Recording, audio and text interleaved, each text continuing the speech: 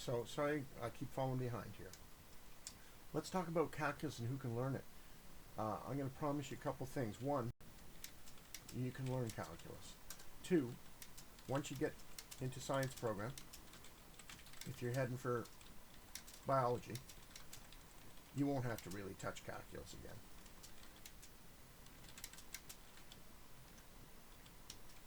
again. And the reason they give it to you is so that you can understand how to interpret complex models. All right? Let me tell you something else as well.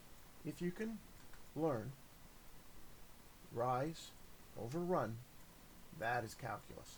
Because all calculus is doing is measuring a rate of change over a tiny area that is hard to perceive. And we start with lines so that they can teach you all about slope. And so a line is very important in this, so you'll have to know the line formula and how to derive slope, which is m, and b, which is the y-intercept, in order to do this. But the good news is no matter what derivative or rate of change we calculate, it always comes down to a line. So as an example, let me give you a snow slope. You start up here, you go down slowly here, faster, faster, faster, faster, slower, slower here. When we first measure this, which would be called the average rate of change over the whole hill from beginning to end, we measure the entire hill and the entire length of time. So this could be time, it could be distance or whatever. This could be distance or it could be speed, velocity. But ultimately, when we measure this and we find this slope here, if you look at the original hill, it doesn't match it perfectly, does it? Here's the original hill underneath. It measures the average. Okay? And as we get more into calculus, especially science, we don't care about the overall hill. We start getting more specific about from here to here, let's say. Well, let's look at that one. Here to there. And I'll do it in green. So here we can see, especially if I have to move that, so I'll do it again.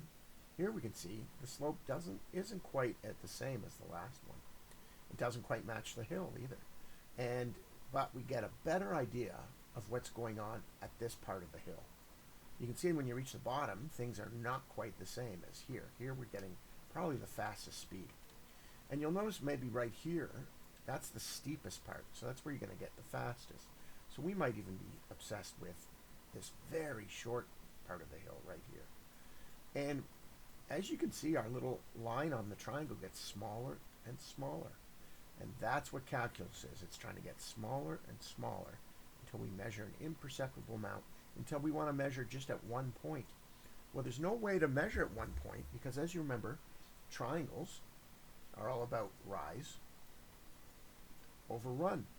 And if you're at one point, and this is always delta x is 0. Well, we can't divide by 0. So all of calculus is about trying to figure out a way of coming up with our average or our instantaneous without having a 0 in the denominator. So that's why they're going through the line. So let's go through the specific problems now.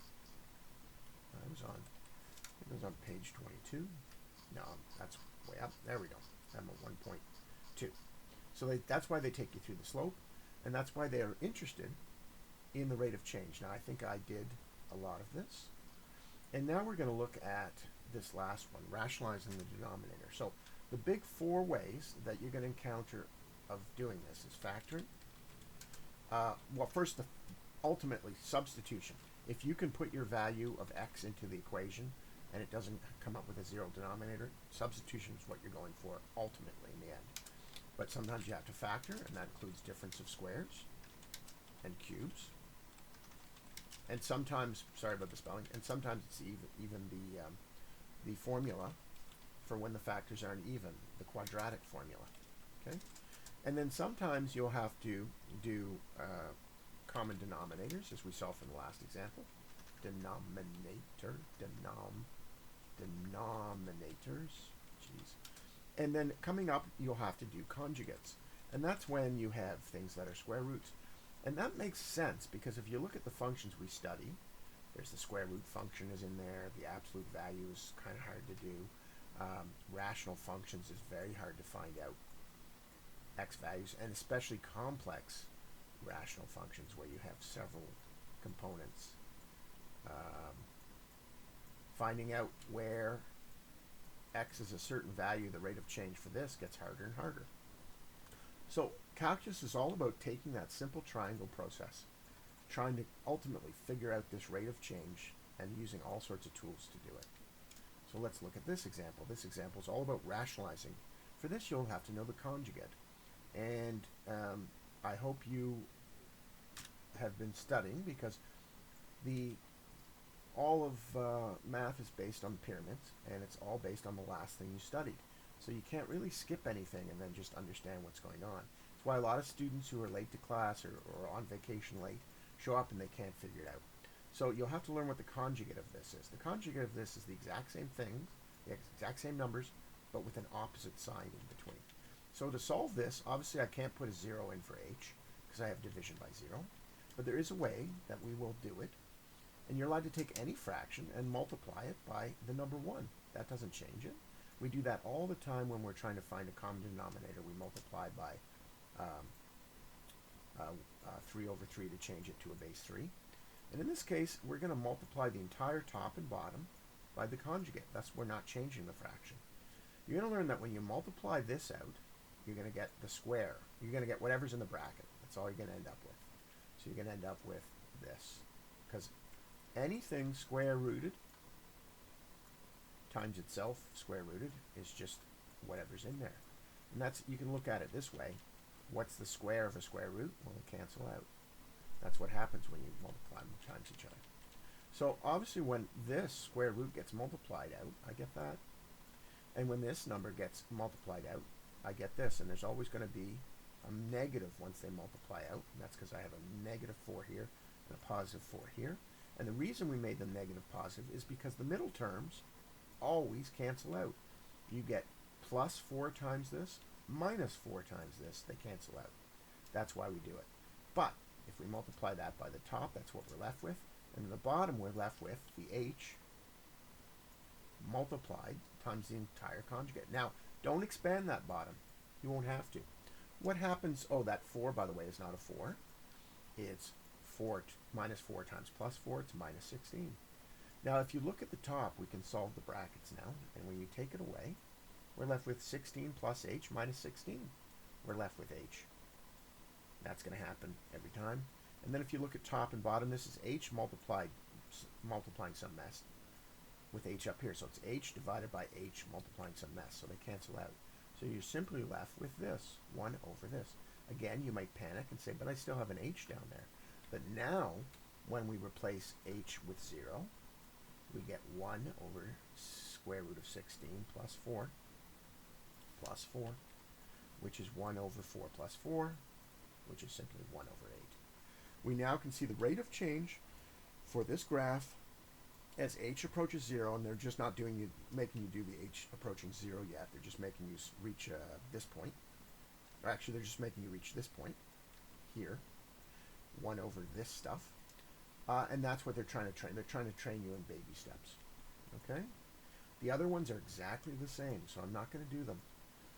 What's the opposite conjugate of this? I'm just going to show you the conjugate. What's the opposite of conjugate of that? It's the same thing, but with a plus. When you multiply the top, you must multiply the bottom. That's going to solve that whole thing. Same with that. Then they start working backwards, and you're going to notice all your questions are like this, because the reason is they want you to be able to work backwards and forwards in your logic. So they're going to give you a point, and they're going to give you a magical finish point, and they're going to say where you have this. So they're essentially saying, can you solve the rate of change for this equation given this point? And they're saying, we're not going to tell you the h. And you might say, well, what do I plug in there? Well, you use the same equation that you did. It's f of x plus h. And just learn that. F of x, all of it divided by h. You're also going to learn, and I want you to keep this in mind because a lot of kids get hung up on the formulas. This is going to be the same as delta at y over delta x. It's the same thing. This slope is still this instantaneous rate of change, which is soon to become derivatives, a thing called derivatives. And it all measures the slope of the tangent line. That's what that top hypotenuse of the triangle is. Slope of the tangent line as things change. That's all it is. It all comes down to slope. So if you can do slope of a line, you can do calculus. Okay, so substituting this in, down below, obviously if we just substituted this point in, like down below is x, we're going to get, oh, well, they kind of did it from us. So this is our x2, and this is our x1. So we're just doing delta y minus delta x. You'll see what happens at the bottom. You're left with just h. That's why we ended up with this formula. And then at the top, and there, you got to keep in mind, this is for this formula right here. So what happens with that? Well, when we plug in 1, we get 3. So we know that the y here is 3. So that means f of 3, which is what they're asking us, goes in there. So we just replace that with a 3. But obviously we don't know this other one. We do know that the x is going to be the same as the x they gave us, 1. So for that x, we can put in 1.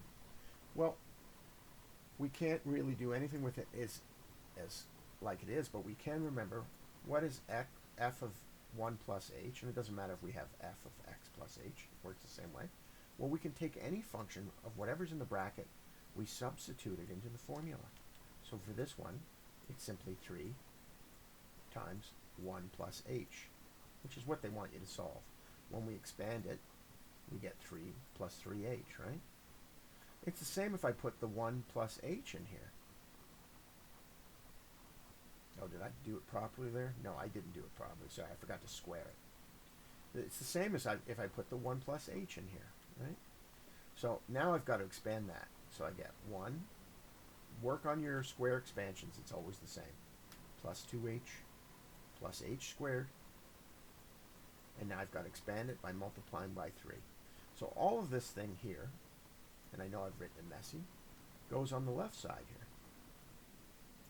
And all I did there was put in my known numeral into the equation and expand it. And they gave us a specific x value. That's how I was able to do it.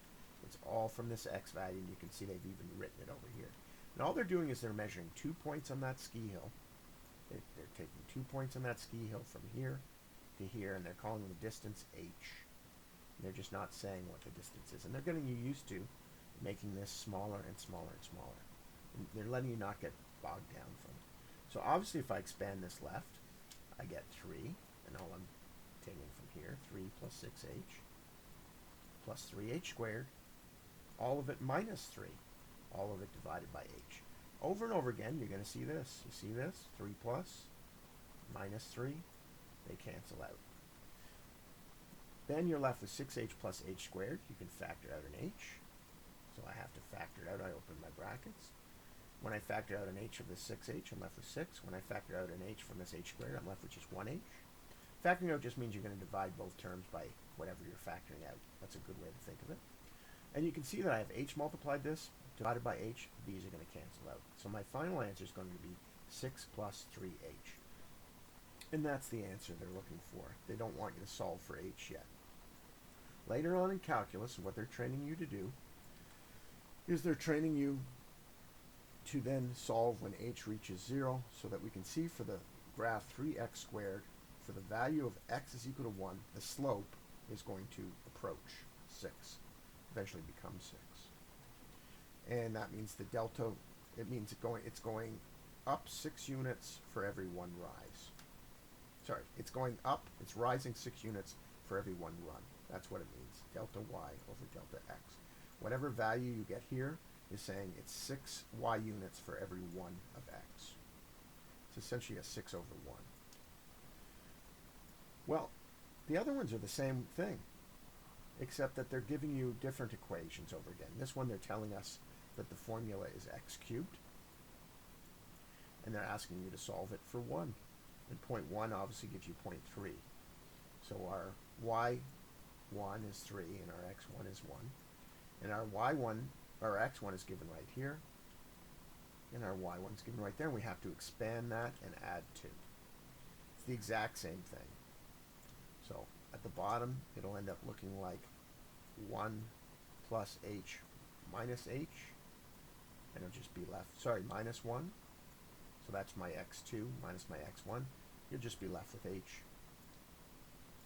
And at the top, it's all going to be minus this y1 value, so it's going to be minus 3. And over here, it's going to be 1, all in big brackets, plus h cubed plus 2. Now, if ever you're stuck, or you're just doing homework and you don't want to go through the paperwork of doing h cubed or expanding 1 plus h cubed, know that you can, there's a fantastic thing you should learn. It's called Pascal's pyramid. I think it's called Pascal's pyramid. Anyway, it looks like this. 1, 1, 1, 1, 2, 1. So I'm just adding these numbers. 1, add these numbers 3, add these numbers 3, 1. So this is when things get squared. This is when things just are. This is when things are just one factor. And this will be the numerals I place in front of my expansion. And this can keep going, by the way. You get 1, 4, 6, 4, 1. Look it up. Very useful. Also look up the formula for, I think it's called something expansion. Binomial expansion, I think it is. Anyway, these are the ones I'm looking for. And I'm starting with this 1 squared, so I just get with 1. And then I get h. Normally there'd be a 1 in here to the 3, but 1 in here to the 3 is the same. Plus 3 times h squared plus 1 times h cubed. And you can see the h exponents are going down, and invisibly there's a 1 to the 4 h to the 0 here, which becomes 1, and the 1 to the 4 is this unit, whatever it is we would put to the 4. But because there's a 1 in front of h, I can just use h, and because this is 1, essentially nothing happens to it. So this is the expansion of that. It's 1 plus 3h plus 3h squared plus 1h cubed. But don't forget, to all that I have to add 2. So I'm left with, I should start doing it this way, h cubed plus 3h squared plus 3h, and instead of plus 1, I added the 2 plus 3. And now you got to put a little cubed, squared, and just 1. So that's what I get all on my left side, right there. And lo and behold, you always have this situation.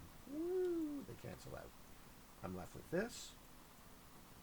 I can factor out an h. And when I do factor out an h, I'm left with h squared, and they cancel out. And this becomes h squared plus 3h plus 3. And you can see, and this is all that's left, you can see that as this approaches 0 and this approaches 0, in other words, as my spot on the ski hill that I'm measuring gets closer and closer together until it's nothing, the resulting slope is 3. But very specifically, for this point of x, when x is 1, 3, when x is 1,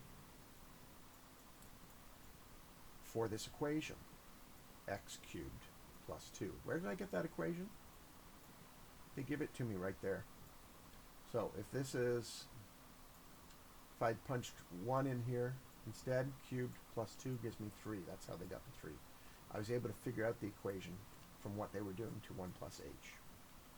So it's very specific to that equation, and that's what you have to be aware. And what Calculus is teaching you is to find out an equation to solve any x value for any equation based on simple steps. This follows the same thing, except you're going to have to rationalize the numerator to solve it. So yeah, I'm wasting too much time on stuff. So I'm going to more or less just walk you through the answers to one question, and sometimes I'm not going to answer the questions if I find them too mundane.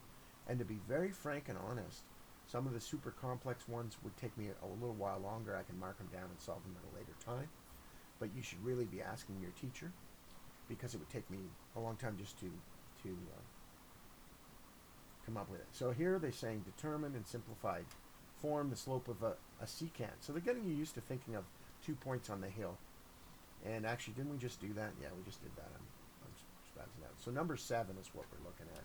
And number 7 is a great example of one that I'm probably not going to do. They're just asking you to measure the distance between this, and they're asking you to use this function.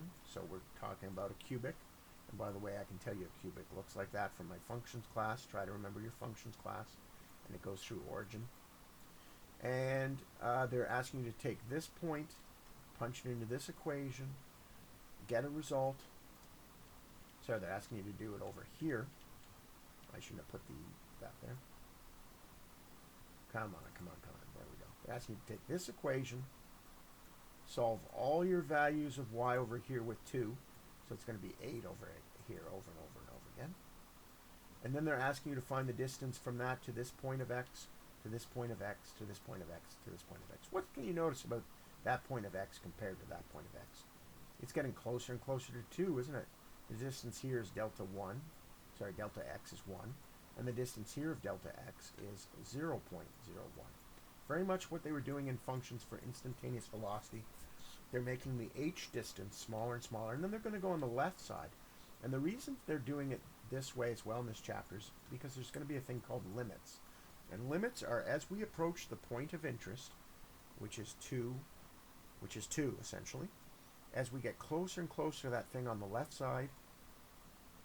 For instance, if we're looking at x is equal to 2, the left side is 1.99, 1.91,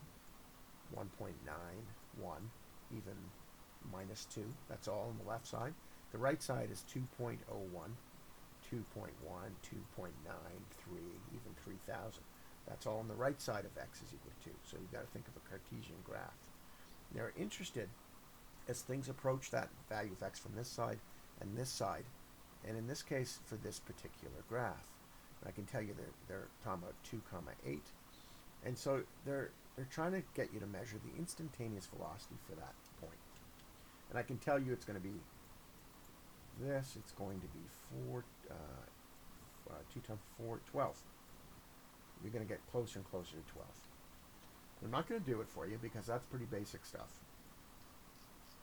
If you need clarification, we can. So they're just trying to get you used to the idea that we're measuring a slope and slope that's closer and closer to instantaneous. And in that one, they're getting used to limits. Because sometimes you can't come up with the derivative no matter what. And so you have to be measuring it from one side to the other. So I'm going to grab each thing and go to a fresh page each time. There we go. Assuming my computer cooperates. So they're determining the slope of the tangent to each curve at a given value. So slope of the tangent is h. So they're wanting you to calculate it the long way over and over again. They're going to give you a specific value of x, and they're giving you a specific equation.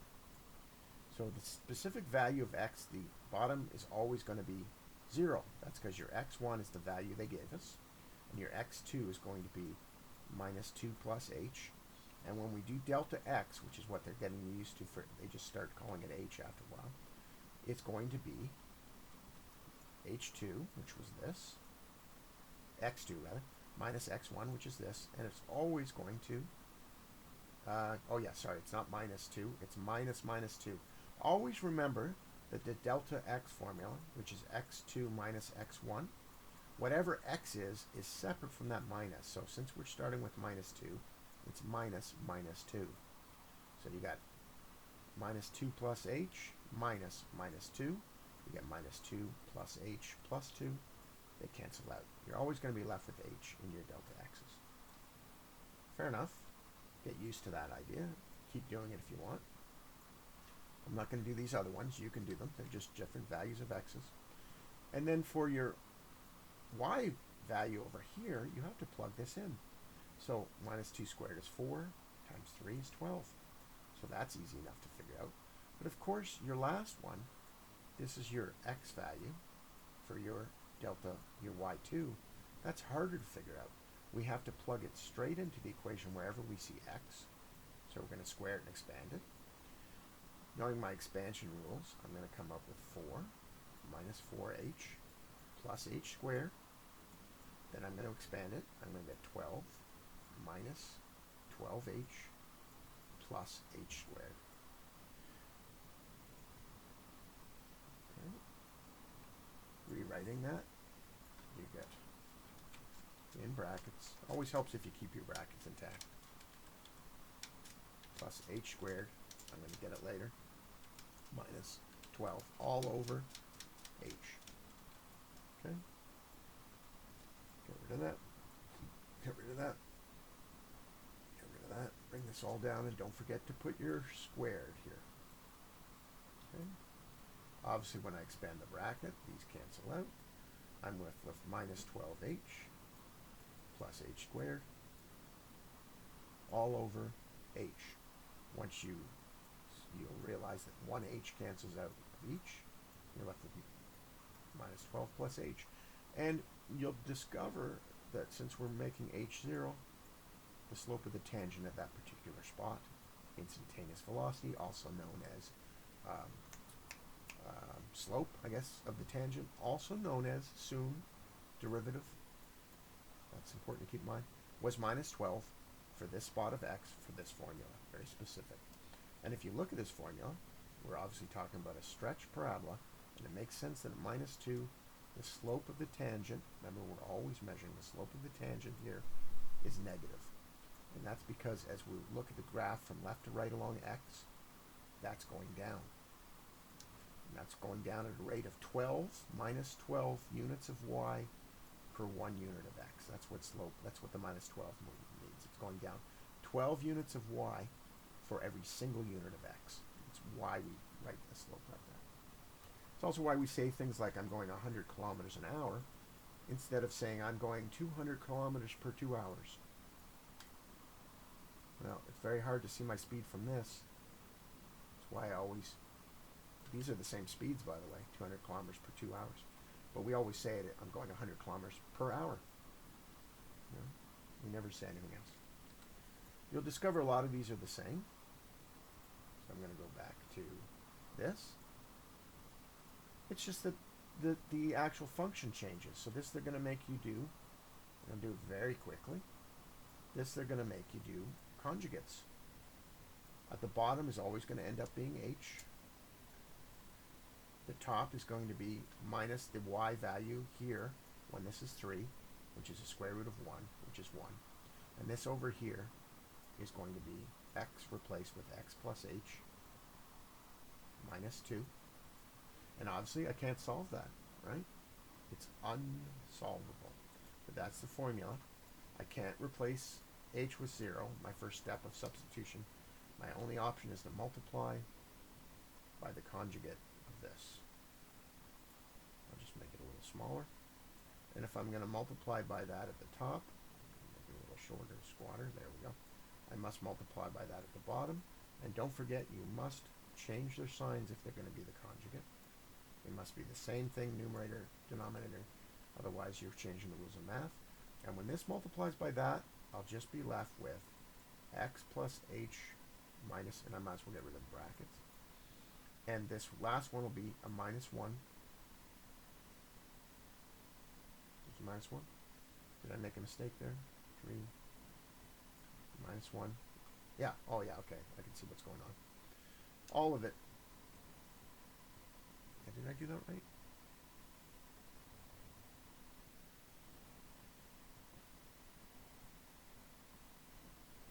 I need a cancellation there. I did something wrong.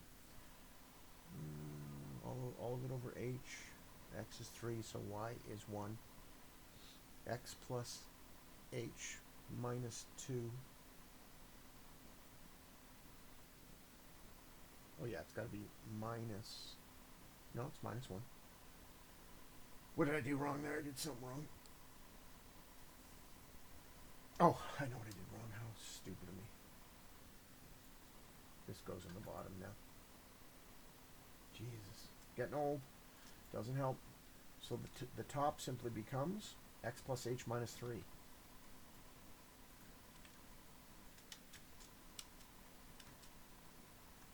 Plus h minus 3. But I still have a problem here because I'm supposed to be able to cancel out my h's. So I did something wrong. Oh, I know what I... God, I'm so stupid. Sorry, guys. The 3 is the h we know. God almighty. So, they cancel out. The 3 is the x we know, rather. And now the h's can cancel out, and I'm left with 1 over this. And by the way, I can replace that x down there with 3 as well. Cuckoo! Great, and you might say, I can't solve that. Sure you can. Because now as x approaches 0 at the bottom, I'll clean up my stuff here. I just got 1 up top now. This is gone. Now as x approaches 0 at the bottom, you're left with 1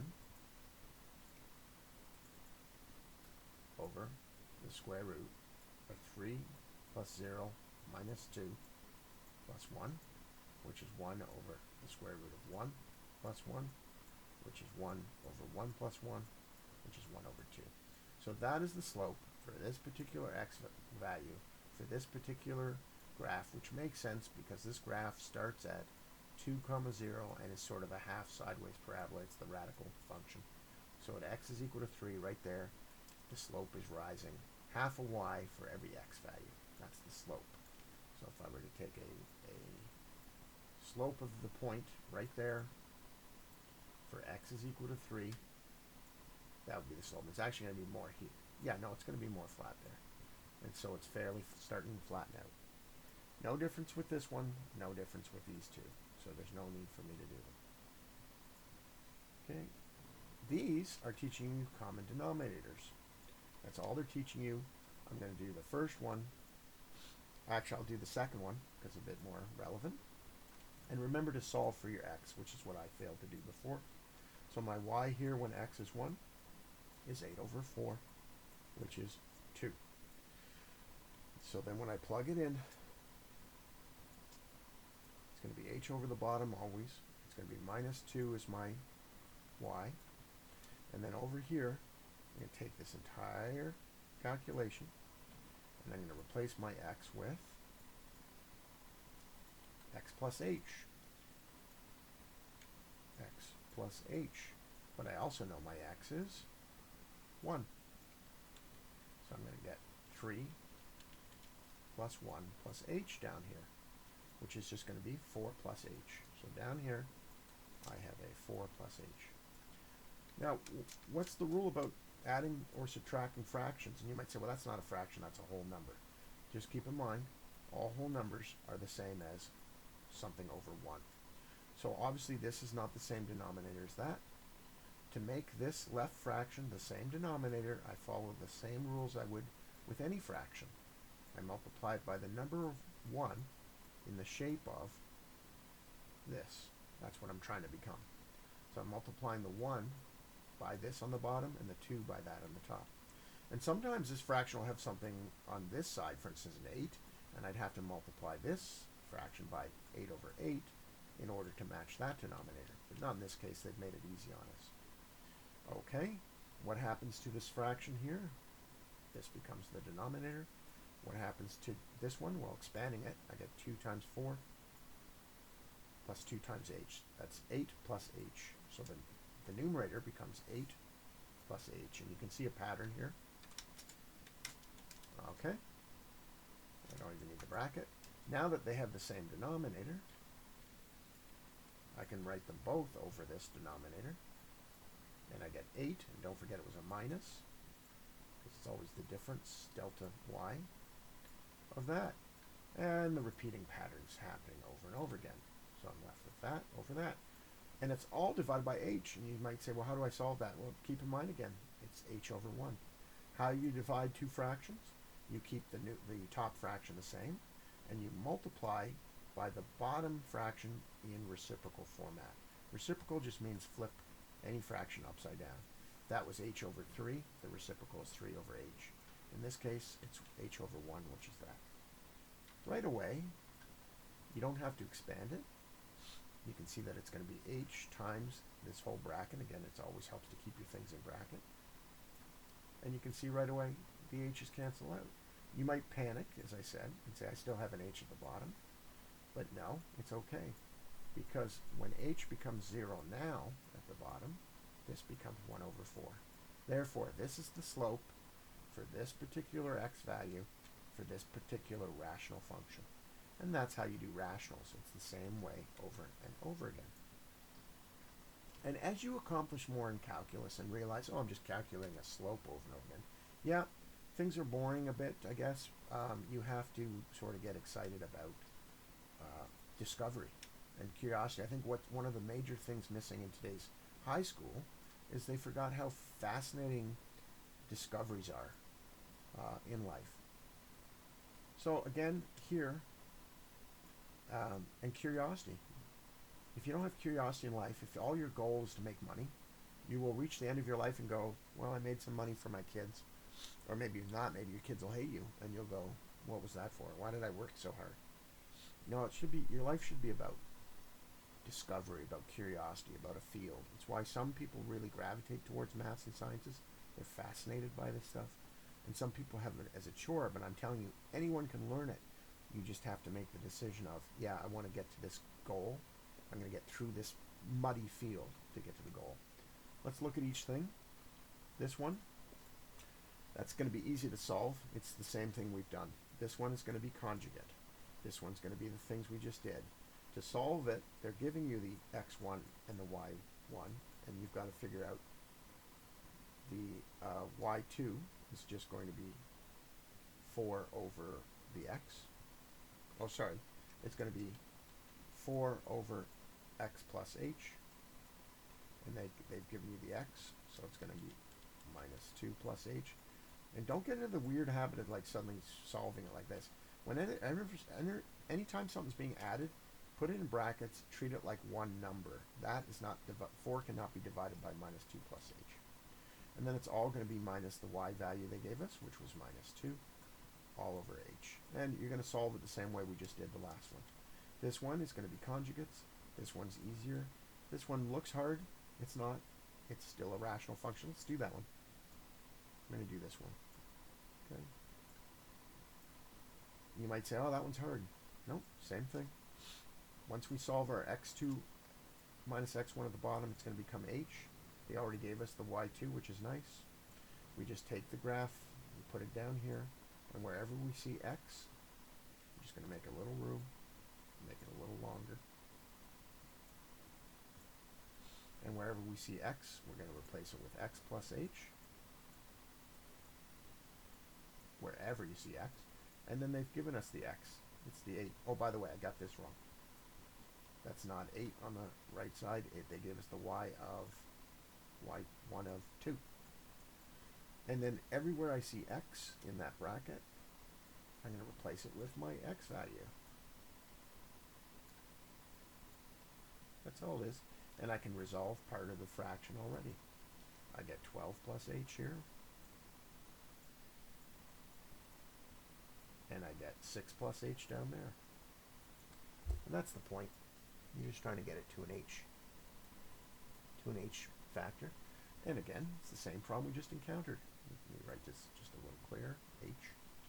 I cannot subtract a 2 because 2 is over 1. And so I must make it over a fraction that has this denominator.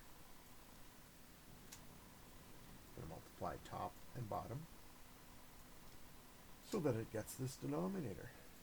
So my numerator up here is going to become this. And it helps if, again, if you always treat it like it's in brackets. And my denominator is going to become this. And you can see now that they share the same denominator. I don't have to write it twice. I can just put them both over the same denominator. And just if that visualization of seeing divided by h bothers you, just move it aside. Solve the numerator first. So up top we get 12 plus h, and we've got to expand this. What's minus 2 times 12? 6 minus 12. Minus 2 times h minus 2h. Remember, this is another reason to put it in brackets, but this minus applies to both terms in it. That's where you can make serious calculating errors. So that means I'm going to replace all of this with all of that. And I can see that I get 12 plus h minus 12 minus 2h. So what disappears? This and this, the 12s. And I'm just left with plus 12 minus 2h, get rid of the mess, over 6 plus h. But remember, that's the numerator, all divided by the denominator. Well, I'm instead going to multiply by the reciprocal to figure it out. And again, I'm going to put my denominator here all in brackets. So I can get rid of that. So dividing by h is the same as multiplying by 1 over h. And so, of course, I get an h down here, and the 1 up here does nothing. Up here, I can factor out an h, and I get, see, because both of these have an h, if I divide them both by h, I'm left with h. What happens when I divide plus h by h? It's 1. What happens when I divide minus 2h by h? I'm left with minus 2. Actually, one of those should be a square, shouldn't it? Oh, I could have solved it, sorry. What's h minus, forget about that. What's h minus 2h? Well, 1 apple minus 2 apples is minus 1 apple. What's minus 1h divided by h? Just minus 1. The h has disappeared.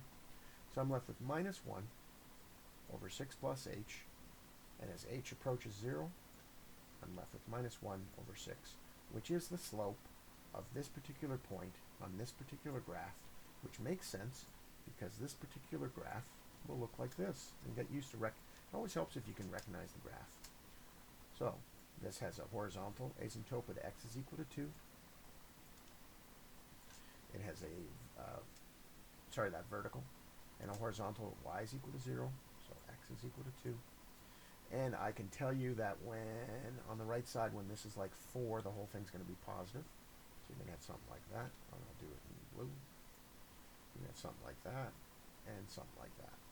So it makes sense that when x is 8 over here, the slope is negative. So the tangent slope, which is what we just measured, is a line that goes through the point x is equal to 8, right here, at 8 comma 2, and we can see it's going down negative 1/6. It's going down 1/6 of a y for every single x. So it's a very gentle slope. It's almost horizontal, which makes sense because as this goes out, it flattens out trying to reach the y-axis and never reaching it. Learn your rational functions and how I came up with that quickly. It's very easy to find the horizontal asymptotes because in Chapter 4 we're going to get more into rational functions. Okay, here we go. So that was 11. No, I'm not sketching. I just sketched f. That's fine. Explain how you would approximate the slope of a tangent at a point without using the definition. Well, I'd approach each side closer and closer until I get a value of y, until I get a slope that looks like, and I keep calculating the slope as I get closer and closer until I get an idea of what number it's approaching. Using technology, okay, that's where Desmos. This will be a circle, or half a circle. And yeah, that's going to be a tangent. Like I could do it. So what value of x's will make, what's the rule for square roots? You can't have a negative number, right? So our first step is looking at restrictions. Pull that up. Yeah, I want to make a copy in case I mess it up. I want to clean it up a bit. Okay. What value of x here will make this whole thing negative? Well, you can just make it equal to 0 to find out. Okay, we got 16 is equal to x squared. When x is plus or minus 4, this thing gets 0. Which means when x gets bigger than 4, when x gets bigger than 4, or smaller, so when x gets bigger than 4, or smaller than minus 4, we cannot have that because this will become negative 0. If you don't know how to figure that out, brush up on your knowledge of how to figure out when this bracket is 0. Okay, well that makes sense. So that means that we're going to have something. And by the way, what will the resulting y always be if we follow these rules? Well, that means this is never going to be negative. It might be 0. But the rest of the results are all going to be positive. And we're also going to reach a maximum when x is 0 of 16. So when x is 0, y is 3/4 of 16 minus 0. Okay, which is y is equal to 3/4 of 4. Cancel out 3.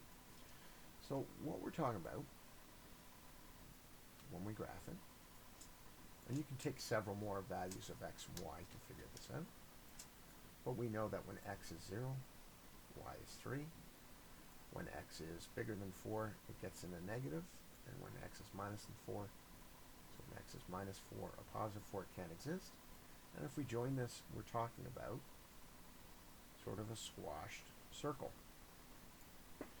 And it can't have any negative y values because x can't go below 0, and therefore y will never go below 0. So we're talking about a range that's only 0 and above, 0 and up, because you can have a 0 for x there.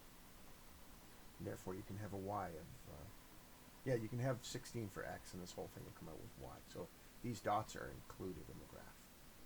Great. So then they're asking us to explain how, and that's why I wish I hadn't squashed the question. Explain how, I'll just take a screenshot. The slope at 0, 3 can be found. Okay, here we go. I just kind of did it anyway. There we go. At 0, 3, well, I already said right here, that's the peak of the graph, right? Let's look at a slope of a tangent at that peak. Oh, what are they trying to teach you here?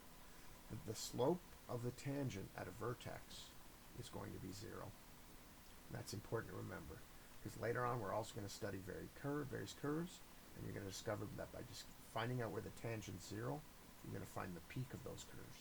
And that's the point. So they're trying to teach you that the peak of this is 0, and we did not have to do any difference quotient. To find that out, we just had to know what our graph looked like. So you can see a question like that's a waste of time. Sketch, we just did it actually. Explain how you would approximate the slope of the tangent of point. Yeah, okay. Using technology, graph that. No, we just did it. Desmos, fantastic. Look into it. Saves you a lot of time. Oh, there's a good question. You're going to get these over and over again, 15, 16, and 17. They love these things where you got to figure out equations with missing information. And I'll only do a few of 17. We'll start with 15. Determine equation of the tangent for a specific point again. Same thing. I don't even know if I want to do it. I probably won't. But it's going to be all over h. It's all going to be minus this y, 1.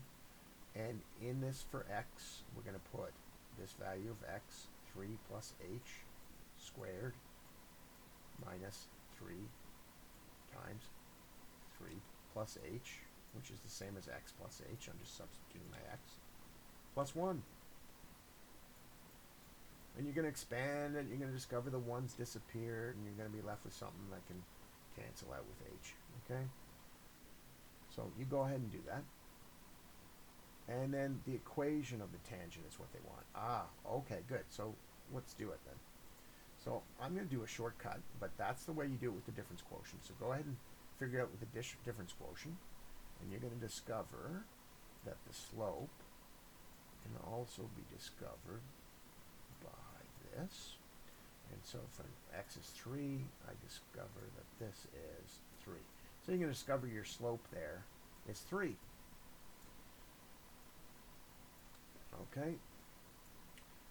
And then they're going to ask you to come up with the equation. Well, all tangents, like I said before, all tangent lines are straight lines. So they all follow this rule. Easy to start with. We don't have this, but we do have this. After you do the quotient, you'll figure out that the slope is 3 there, at x is equal to 3. Okay? So we can rewrite it like this. And they happen to give us 1 point on the graph, which means I can put a 1 in for y and a 3 in for x. And once I solve for b, 3. Once I solve for b, I'll discover my b is minus 8, which allows me now to rewrite the graph of the tangent is 3x minus 8. So there's my b, there's my slope, and you just leave these like that. That's my formula for the tangent line with this. And by the way, it's facing downwards. Oh no, it's facing upwards because it has a 3 slope. at this specific x value. Take decimals, put it in there if you want to. So they're doing it over and over again. So I want you to use the difference quotient to figure out your slope. But I'm going to tell you right away that my slope at this line is going to be 4 minus 14. My slope is going to be minus 10. That's because I know something about the future chapters, but I've done enough difference quotients that you should be able to do that. I just know my slope is there. And then you're going to say, well, they didn't give me a point this time. Sure they did. They gave the point x, 2. And if I put 2 into this equation, I'm going to get my y. 4 minus 14 plus 12. 4 plus 2, 6. So 6 minus 14, it is minus 8. There's my point. I have my slope and 2 points. So I get minus 8 is equal to my slope times my x plus my mysterious b. Therefore, b is equal to, that's going to be minus 20. Minus 8 plus 20 is going to be 12. So my formula for that slope is y is equal to minus 10x plus 12. There we've got a downward facing line that has a y-intercept of 0, 12. That's how you figure out the formula for the tangent line once you figure out the tangent and if they give you 1 point.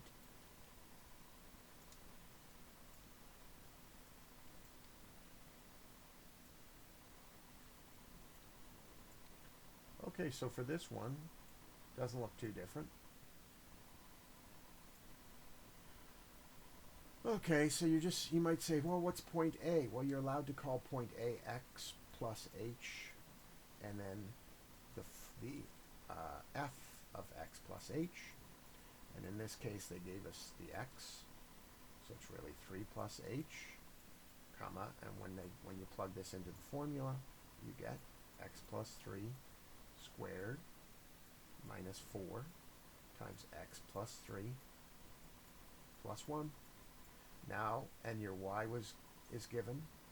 When x is 3, you simply plug it into the equation, and you get 9 minus 12. So you got minus 3 now, plus 1, minus 2. So your y value is minus 2. So always figure out your y value. Plug it in, get your y value. So we've got a minus 2y. So that means I can complete my difference quotient easily. And it's up here, it's going to be minus 2. And on the right, it's going to be this whole thing. But keep in mind, well, I did x plus 3 instead of h plus 3. That's the same thing, 3 plus h. I just took my x value they gave us and added h to it. Plugged it in, 3 plus h. And see, over here I made the mistake of writing it as x. Okay, so you get h plus 3, you expand it, you subtract it, you're going to end up finding that this becomes plus 4. It's going to cancel out with this last one. You're going to be left with an equation. And it's going to tell you that the slope is going to be 2x minus 4, 6 minus 4, 2. And you're going to then take that point, and remember the 3 points we found? 3 comma minus 2. You're going to do the same thing with the line equation that we just did. You're going to do it also for this one, same steps. And you might say, oh, I don't get it. This one, they didn't give us the equation of 8. They didn't give us a second point. So the coordinates of the point A when x is 3. So I guess you got to figure out B and x. Oh, I see. So I might have gone too many. I thought they were making it separate incidents each time. Okay, this is kind of pointless as well, this question. They want you to figure out this point. Here, we discovered it's 3 comma minus 2. They want to figure out point B. It's going to be 5, 25 minus 25, 6. And then they want you to find the equation between those 2 points. So that's just going to be delta y over delta x. And once you find the slope, you can plug it in, use either of these points to come up with the line equation. Then they're going to want you to calculate the instantaneous rate of change, which is what I was doing at that point and at that point. So I accidentally did these parts first. But the difference between 2 points is nothing more than the slope, and then you use y is equal to mx plus b, and as long as they've given you 2 points and the slope, you can figure out b, and thus you'll have the equation of all of these things. No need for me to do it over and over again. The reason they're making you do it over and over again is because that's the only way information sticks. The rote system is the only way that people actually remember. You might think, I'll just watch a lot of videos and I'll just commit it to memory. Doesn't work. They discovered a long time ago, it's why they teach this way, that when you write it down yourself, especially when you solve it yourself, you will remember it more likely for tests. So I cannot urge several things. Take a master note of the steps of the process. 2, write down a solid example, especially for all situations, factoring, conjugates, fractions, because that's what we're going to be working with. And also do the problems. And I'd say number 3 is far more the most important. Because if you just do number 1 and 2 and you don't practice, it'll take you forever to answer a question. You'll spend an hour to answer one question. If you do number 3 without understanding 1 and 2, you'll sort of have it, but when you come to take a test, you'll mix up your numbers and get errors. If you were going to just do 2 things, it would be take master notes and do the problems. But personally, this is the solution to a straight A. And I can tell you, anyone can get a straight A. The reason people don't like math is it takes a long time to do all these calculations. You're lucky. Now with Desmos, I urge you, if you write out the actual formula into Desmos, whatever x squared, I'll just x squared, pretend that's x squared plus 7x minus 14. Once you punch into Desmos, you can just punch in this, and Desmos will tell you the y value. It'll give you the answer, the y coordinate. So much better. And you can even take slopes with this lovely tool. It's called the derivative. You'll get into it. And it'll give you the slope values for specific. And you can do f of x. And then you could just make h of x. You can make a formula equal to the slope of f of x. And then you can just punch in values for h. And it'll tell you the slope for this equation when x is 3. Fantastic tool. Desmos, Symbolab saves you hours of your life that I did not have. This is just asking you to draw curves. You'll notice here we have a situation. There is no derivative here. Why? Because the delta y is huge, but there's no delta x. It doesn't go left or right, so you get a 0. So there's no tangent possible there. You can find out what the tangent approaches as you go over here and over here, but you cannot calculate. There's no tangent there. Ideally, if here you can tell the slope is 0, there's run, but there's no rise. And then it's over here that they really want you to practice calculating. And if you take the longer line you take, and like that, and keep it on the graph, then you're able to calculate a run. So we get about 5, and that's not quite accurate, 5. And we get a rise for 7. And we can see that the rise over run, and it's positive because we're going up, right, is 7 over 5. So that's the tangent. Just rough estimate using graphing at that point. Same with this one. So you draw a long line. Make sure it's roughly looking like the tangent. And you just count your rise. 3, 4, 5. And it's going down 5, so negative 5. And 1, 2, 3, 4, 5, 6.5. So that means I have a negative 5 over 6.5. If I want a clean fraction, that's negative 10 over 11. How did I come up with that? I doubled both those. Negative 10 over 11, it's negative because it's going down. And you do it for all of them. Now there's a little trick here. While you might say the tangent here is 0, you're going to discover later on in the book, sharp turns like that don't tell us anything. Because the whole point of tangents is to tell us what the graph is doing overall. If you have sharp turns, my slope of 0 here tells me nothing about the rest of the graph. You're going to discover that's called a non-derivative. And it's going to be useless to, well, later on. Right now you can just say the slope appears to be 0.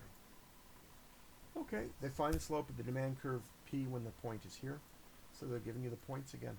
It's no different. You might say, oh, it's really different. Nope. This time you just follow 2 steps. So down below you have h. You get minus 10. Where did I get the minus 10? Right there. And in the brackets, I'm going to take the same thing. And I'm just going to get rid of, I'm going to keep that point in case I'm asked later. Okay, and wherever I see p, I'm going to stretch this out. Wherever I see p, instead, I'm going to have the x value, 5, plus h. You see this is going to use a combination of conjugates and then a common denominator. It's going to use both. Okay, so clearly I can't subtract that. Okay, it's essentially minus 10 over 1. Actually, it might be a very easy solution. 5 plus h. What is 5 minus 1 down here? It's 4 plus h. So I can replace this whole thing. Did I just get rid of my... I did, didn't I? So I'll bring the question back. There we go. Always good to have the master question. So let's just try making their... we're going to try making their fractions the same first. Oh, I just did it again, didn't I? So, for me to get 10 over this, I'm going to have to multiply it over the same thing. Now their denominators will be the same. So I'll have this as a denominator. Okay. I'll have it all over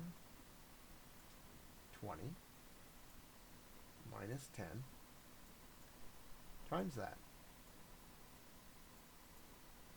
Now, actually, I think I probably, and that'll, yeah, probably should not have done that.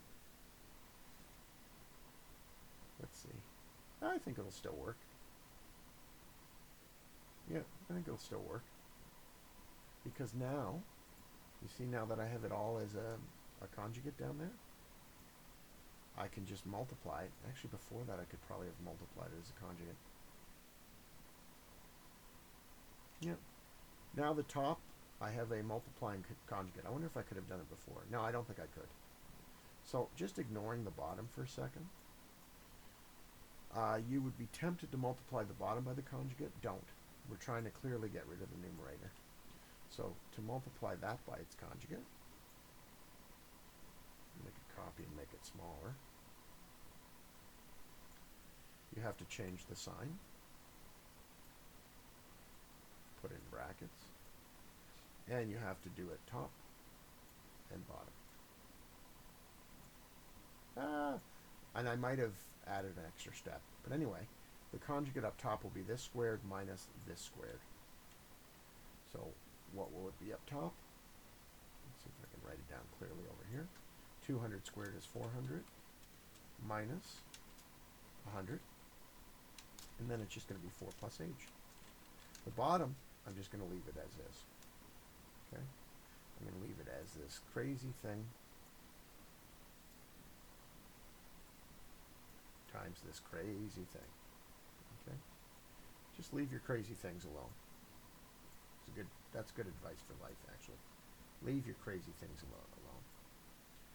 So just remember that these are multiplying each other now in the bottom, and that's 10 times whatever's in the bracket, and this whole thing has to be solved first. Great. Let me get rid of my other garbage because it's so messy, and that's the problem with me teaching is I'm messy as hell. So I'm left with this at the top, over this at the bottom, all of it, don't worry about the bottom for now, I'll rewrite it, all of it over h. We can see when we expand here, we get 400 minus 400, surprise, surprise, minus 100h. So we're just left with minus 100h. Make sure I write minus 100h and not 10h. And when all of this is divided by h, it's the same as multiplying it by 1 over h. When I multiply, since all these things are multiplying, and this is all multiplying the 100 up here, I can cancel them. So I no longer have that division by h and no longer have this h here. And now I can solve it. So at the top I have minus 100. At the bottom, I have the square root of 4 plus h times h times 20 plus 10. That is also timesing the square root of 4 plus h. Well, when h is 0, those disappear. You're left with square root of 4, which is just 2. Okay, over here you're left with square root of 4, which is just 2. 2 times 20, 20. So you're left with 20 plus 20, 40. So I'm left with minus 100. 2 times 40. I'm left with minus 100 over 80. Knock off a 0. Minus 10 over 8, which simplifies to minus 5 over 4. That is the slope at this point for this graph. And it's negative, so it's going down at that point. Okay. And there's going to be an asymptote when p is 1. So p cannot be 1, which is why they said p is bigger than 0 right there.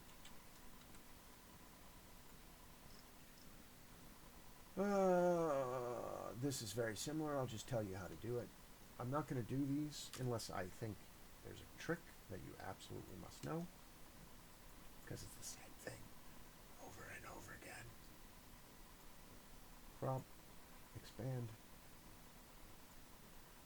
Okay, let's look at this one. I'm actually just going to jump back to this. Crop it. It's no different. We have a parabola. They even tell you that the t is 0.5. How fast is circulation increasing? They want a rate of change.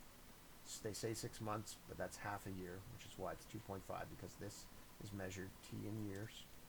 So which means you have to figure out when x, or essentially when t, which is t1, is equal to 0.5, what is your c of t1, or c of 0.5? You plug it into there, and you calculate it. 0.25 times 125 plus 0.25 plus 100 plus 5,000. Did I get that right? 0.5, sorry, 200 there. So you get 5,225. I think I got it. Yep. So that's your y1 and your y2. Sorry, your x1 and your x2. Your x1 and your y1. To subtract it, instead of 0.5 in the calculation here, you're going to put, for t squared, you're going to put 0.5 plus h squared. And then for t, you're going to put 0.5 plus h again. And then the number, so that's your y2. So that's your y2. And all of it is subtracting your y1 all over h. You're going to discover expanding that isn't as hard as you think. 0.25 squared, that squared, and 2 times these two plus in the middle, which is plus h in the middle. And then you're going to multiply by 100 and multiply this by 400. You're going to discover that this and this and this times that and this times that when it's squared. You got to square this first. Remember, bed mass, do your exponents first. You're going to discover this cancels out. And then it's just a number process. Same thing we've been doing. Okay, let's go to this one. Get rid of that one. Woo!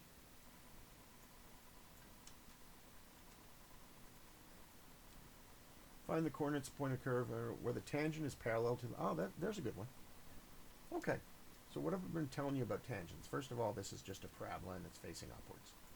And if I were to factor it out, I'd figure out the vertex, but I don't care. When x is 0 here, y is 0, so it's at origin.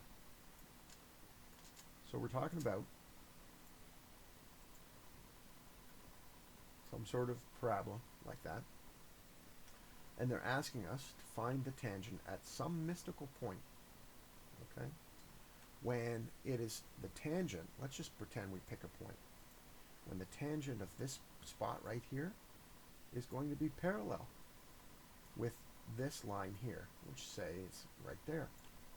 Well, here's the thing about parallel lines. They have the same slope.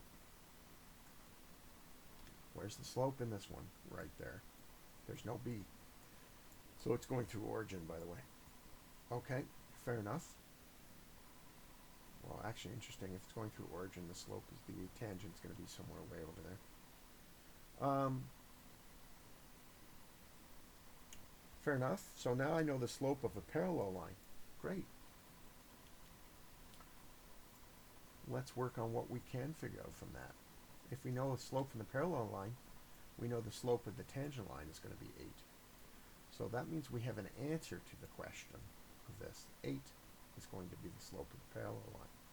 They want us to find the point on the graph. Well, that means what they're getting us to practice here is unknown x values. So we're going to carry through our calculations for as much as possible. x1 is simply x1. x2 is going to be x plus h. y1 is simply 3x squared minus 4x, and y2 is going to be 3x plus h squared minus 4 times x plus h.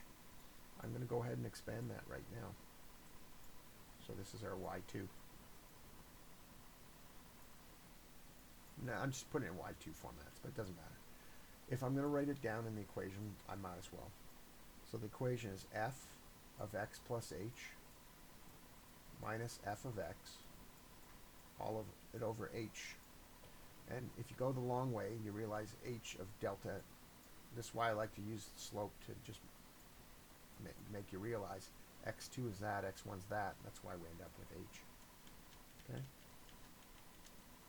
All over h. Well, my fx, I've just figured it out. It's right there. So that's my fx. And keep it in brackets. That's the important part. That is all one number. You can't solve it. That's why this minus is going to affect both those terms. And I just figured out my f of x plus h right there. Okay?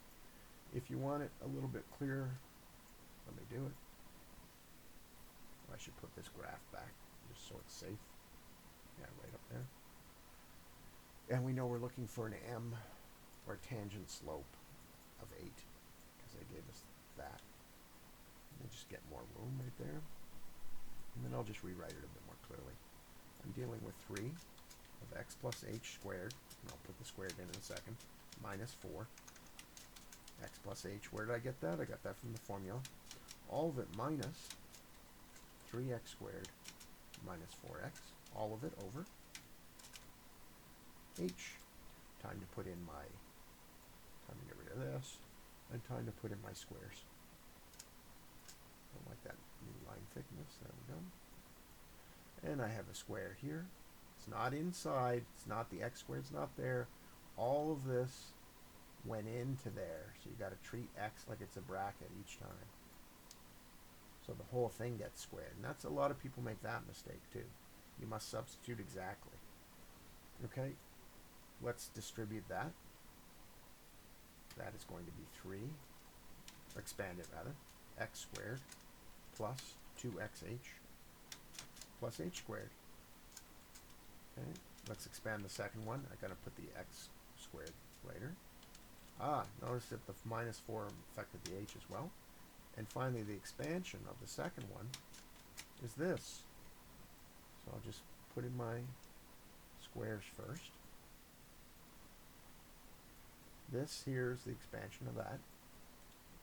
This here is the expansion of this here. Notice that the minus 4 affected both things. This here is the expansion of that. Notice that the minus 1 made this minus and this plus. You must keep those in order. Then when I expand this, it's quite clear. I just have 3x squared plus 6xh plus, oh, and I forgot my h squared there. That's important. Plus 3h squared. And now I can get rid of my 3. I've expanded it. Now I can get rid of brackets and find like terms. Well, nope.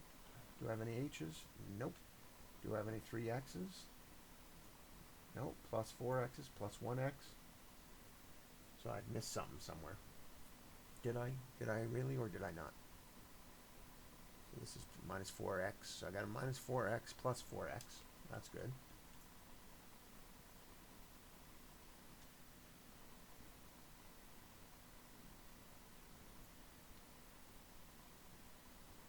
And then you might say, well, you got a 3x in there. Ah, look at that. I did that wrong. 3x squared. See? That's what happens when you forget your squares. It's 3x squared. And this one over here was 3x squared. I accidentally deleted it. So we can see right away, one, that anyone can make errors, but two, that they cancel. I'm left with 6xh plus 3h squared minus 4h. Alright, all divided by h. Now it's clear that I can factor out an h. In this one I'm left with 6x minus 3h minus 4. Great. All over h, they cancel. And now I want you to pay close attention here. What you found out right just there. And now, when h approaches 0, that's gone. What you just found right there is a formula with no values of x. Without knowing any values of x, you've just discovered something called a derivative. And this is a formula that will produce the tangent for this particular curve with this formula no matter what x value I plug in. Wow. Remember that. Very useful. Now, we haven't solved my x points yet. And that is because we only know that this is equal to the tangent slope. Because we solved it. But we know that the tangent slope is parallel to this thing. Therefore, math says I can do this and solve for x. So I get 6x is equal to 12. X is equal to 2. So now I have my x point for that tangent. And now all I have to do is plug it into this. 3 times 4 minus 4 times 2. I already did the square. So I get 12 minus 8, 4. So it's for the point 2, comma 4 for this curve that the tangent will be 8, which is parallel to the line they told us about. This one was well worth knowing because you derived, remember the word, you derived a formula for the tangent slope without any values of x. And that's pretty much chapter 2. Okay, let's continue. And that's why I did that one. I might not do any more just because, there's only so much I want to do. There we go. And then we're down to this. And plus, it's so long. My videos are so long. Find the points on the graph which the tangent is horizontal. Very good question. When is the graph horizontal? I might be able to do this just visually. The graph is horizontal when the slope is 0. This happens to be a cubic. So that means on a graph like this, I know it's going to start in this quadrant. It might do as many crosses as 3 times. And that means it's going to have a flat slope here and a flat slope here. So there's going to be 2 spots where it's sloped. And so what you do is you find a formula for the tangent just like we did last time. And you set it to 0. And then you solve for x. But keep in mind, knowing it's a cubic, there's going to be 2 possible values of x. I'll take you along some of the process there.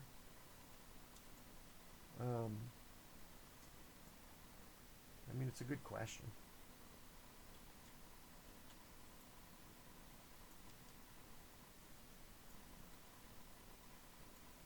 So you're going to have to find the values using our h again.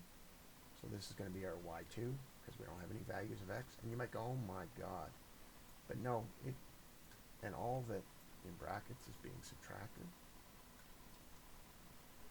And then you just pull apart that's why I kind of like clipboards. You can also put it into Desmos. It'll make your life a lot easier, and Desmos will solve the numbers for you.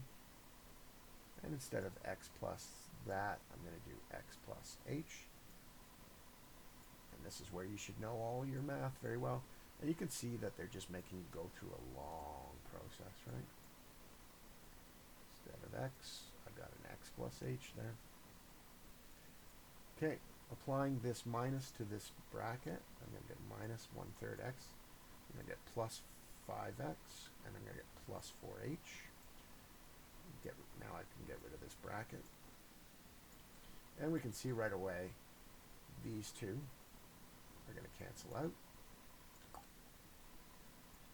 And you can see when I expand this one here, minus 5x plus 5h, just replace it now with that. Minus, you can see that, oh, hang on. Yeah, it's going to be minus 5h. That makes sense. That's because this minus 5 times plus 5h is minus. There's a good example of catching a mistake. You can see that these two are going to cancel out. And you're left with this. So all you'd need to do now is expand this one here. And I happen to know that the expansion of that is going to be, let's see, 1, 2, 2, 1. It's going to be x cubed plus x squared h plus xh squared plus h cubed. Get used to your expansions. Push all this over there. And we're going to replace all of that with all of that. And then when I multiply all that in the bracket by a third, right, here's where you're going to see patterns. So I'm just going to multiply it by a third and just put a third in front of each thing. And I probably should have left some space. Yeah. There. Yeah, that's good enough. There and there. And now you can see that these are going to cancel out. Right? Now you're left with things that all have h in them. So when I take out the h, I'm left with a third x squared plus h squared minus 5. And then that will cancel out with my h at the bottom, because remember it's all being divided by h. So I'm left with this, and I can see that when h approaches 0, that disappears because it's multiplying. When h approaches 0, that's multiplying. I now have an equation for the derivative. This is the equation that will tell me any tangent for that particular graph for any value of x. And I just need to be curious, like if x is 2, I just plug 2 in there and I will know the tangent slope. So it's a formula for the tangent. For the tangent slope, very important to realize, because the formula for the tangent line is always y is equal to mx. This is a formula for the tangent slope. Okay, the question was, when is it flat? When is it 0? Where are my turning points? Well, when we set this to 0. So obviously I get 1/3 x squared is equal to 5. Cubed or squared? Squared. And I might have a small arithmetic error here just because I don't think they do this to us. But x squared, I imagine it's probably 6. I probably made a small mistake. My guess is supposed to come out as 16. But anyway, x squared is equal to 15. And that means when x is equal to plus square root of 15, and again I might have made a small arithmetic error, or x is equal to negative square root of 15, you now plug that back into the equation to figure out the y. Now right away, I don't think they'd be that mean. I think it's probably supposed to end out. I think I probably made a math error somewhere, where just instead of minus 5, it's probably supposed to be minus 6 or something. Probably supposed to be minus 6. I'll go back and look. And it's probably supposed to be something easy like x plus 4. But anyway, that is indeed the process to find out when this slope is flat. And by the way, it'll tell you at the points, it'll tell you the exact point, this is important for later, the exact turning points of this cubic. You just have to plug the values of x into the original formula to get them. There's the original formula. No, I'm just trying to see if I made a mistake with 5 minus 5. Oh, there it is there. I don't think I did. Doesn't matter. When you do it, you'll figure out the right answer, whether it's square root of 15 or if it was supposed to be square root of 16. But the point is, you can indeed determine x values, 2 of them, for this cubic, and it makes sense to know the shape of a cubic. That is the point. Okay. So that's this one. Part C's are always harder, and I'm not always going to do them. Show that at the points of the intersection of quadratic function of this and this, the tangent of the function are perpendicular. Okay. To know this, first find out where they meet. Okay? 2 graphs, so this is a parabola, and this is a downward facing parabola, by the way, that just is slightly elevated by plus half. So, boom. So this is starting at 0, half, and this one's going upwards at 0, 0. Not hard to do that when you rejig this. Figure out its vertex. So right away it helps to know that there's going to be 2 points of intersection. Okay, so that helps. 2 graphs will always intersect when their equations are made to equal each other. So when this equation equals this equation, they're matching. So we just solve for x. So we got to add x squared to each side. We get 2x squared is equal to a half. These cancel. Okay.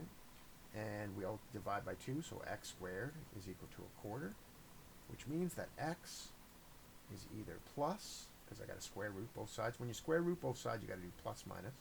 So x is equal to plus a half, or x is equal to minus a half. And that's where they'll meet. And then you plug this x value back into either of these equations. The easiest one is x squared. So at x a half, the point will be a quarter.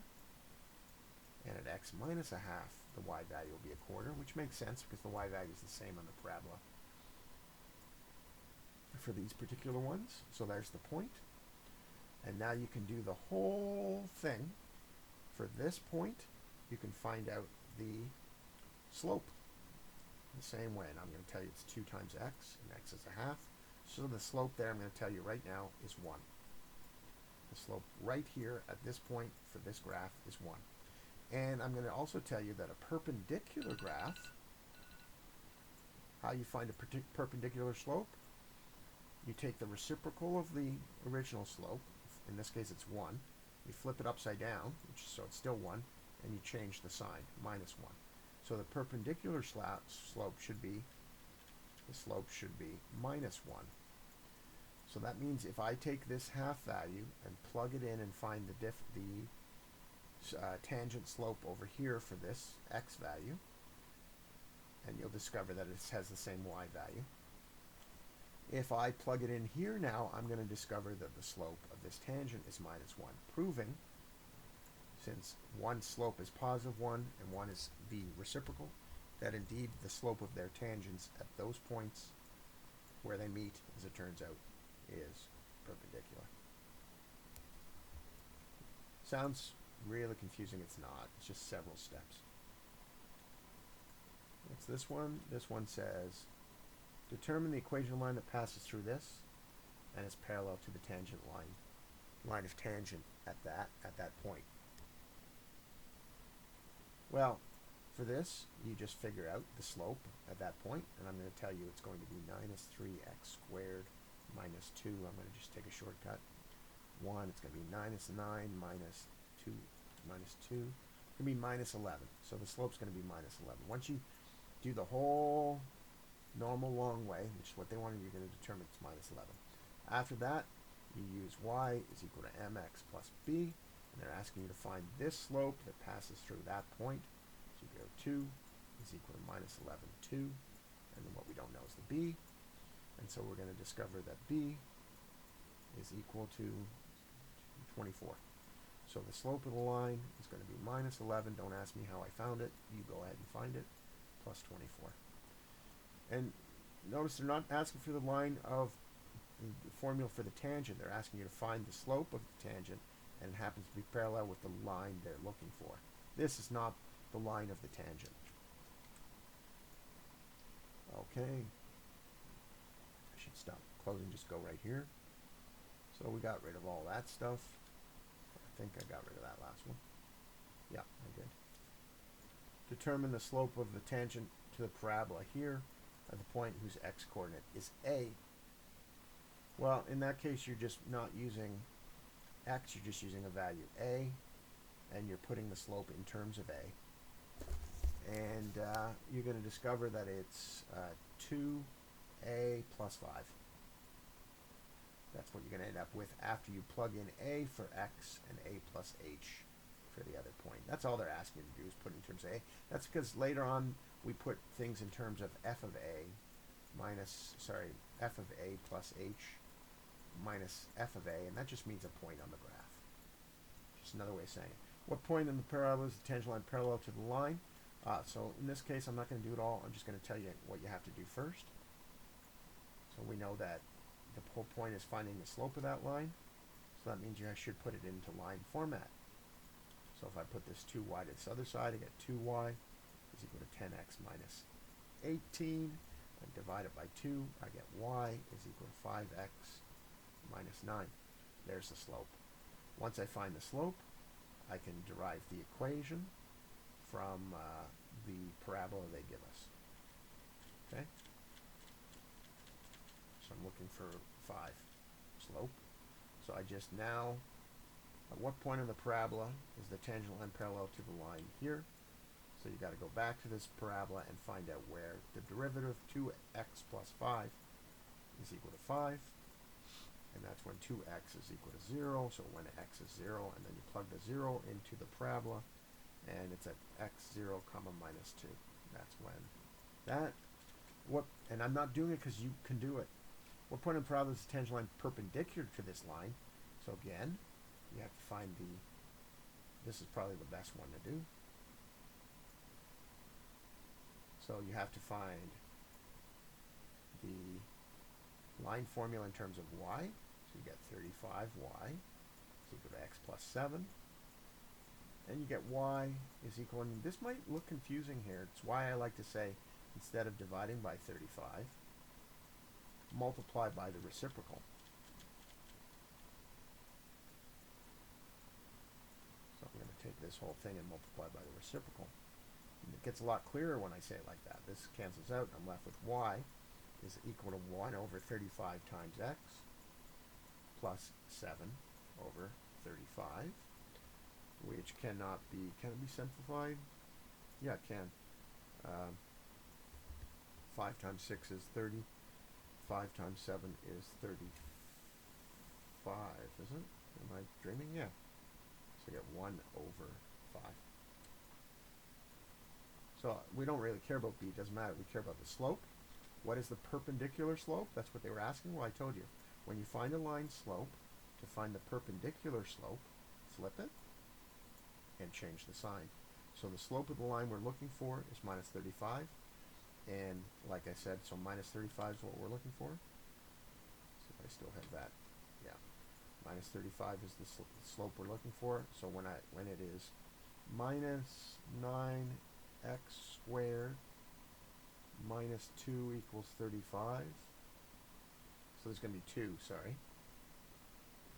Because a parabola will always have, if you look at a parabola, it's always going, oh no, it's just going to have 1, sorry, on one side.